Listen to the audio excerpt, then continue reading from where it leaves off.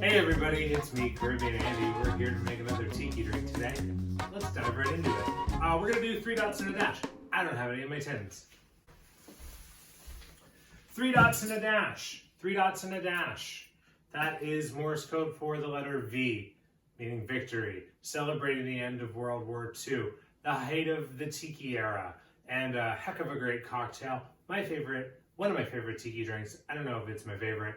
I just can't tell you if that's true or not right now under all this pressure.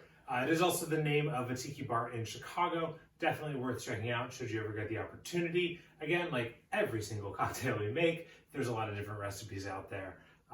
Many of them call for orange juice.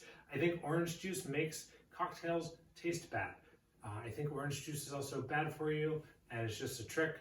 Don't put it in anything. Get it out of your house. Let me know what you think about orange juice in the comments down below. Let's get started making our cocktail. This guy's got bitters in it, so we're going to do 3 dashes, which is crazy because it's 3 dots and 1 dash, but we just did 3 dashes of bitters. 3 dashes of Angostura bitters, that's a lot, especially just because I'm using the regular valve that's built into the Angostura bottle rather than a Japanese dasher. And then we're going to use 1.5 ounces of a Rhum Agricole. This is Duquesne Rhum Agricole. They have 2 that they produce, maybe more, but this is the aged one. Very fragrant, I can smell it from here. And then we're gonna do just 1/2 ounce of blended aged rum at 3 dots and a dash. I believe they use an El Dorado Guyanese rum. I'm just using Appleton, the regular signature, 1/2 ounce of that. We're gonna do 1/2 ounce of freshly squeezed lime juice. We're going to do 1/2 ounce of freshly squeezed red grapefruit juice.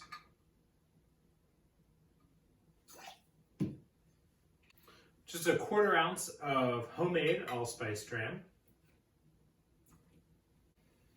And Falernum. Maggie's Farm Falernum. You can buy this on the internet.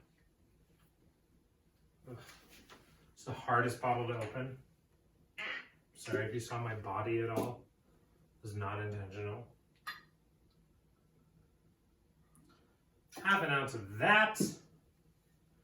Let's see. Rum, bitters, juice, this, honey. And then we're just gonna do 1/4 ounce of honey syrup. This is just a 2-to-1 honey syrup. Pretty common in tiki recipes. I've always done 5-to-1 honey to water in professional settings, but that's not what tiki drinks call for. My fingers are now very sticky, and we're gonna shake and strain this over crushed ice. Again, when we're using crushed ice, we don't have to shake as much. We just want to shake enough to mix it, not worried about diluting it as much because that's going to happen over time with the cocktail.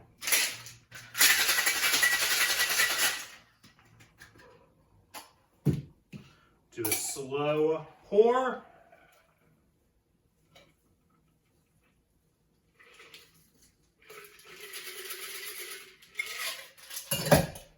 Mound some more crushed ice on top.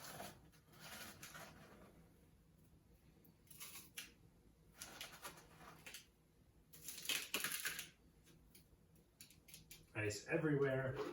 And it's tiki, so we're gonna garnish. And we are going to get wacky with it. Got a little swizzle stick with a seahorse.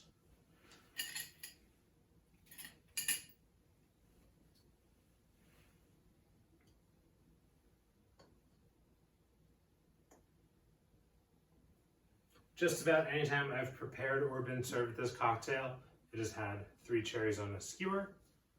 Those are our 3 dots. And then, heck, let's throw a little mint.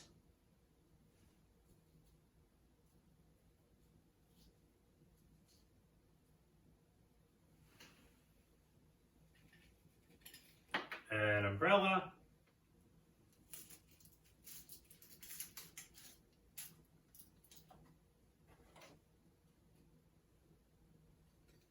my straw. There you go. 3 dots and a dash.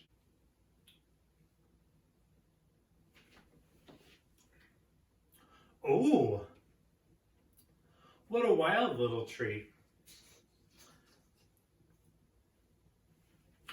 Spicy, obviously, Falernum, Allspice Dram, but you get some real funk from that Rhum Agricole. Everything about this is so unique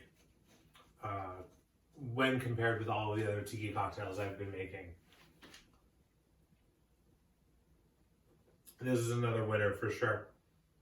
Hey, thank you all so much for watching this today. If you've enjoyed yourself even just a little, go ahead and hit that like button down below. Just a thumbs up, that helps me out. And I'm going to be doing another video where I show you how I made my homemade allspice dram. So be sure you're subscribed and turn on notifications so you can see when that video shows up later on next week. Thanks again. Check out some of my other stuff and have a great day.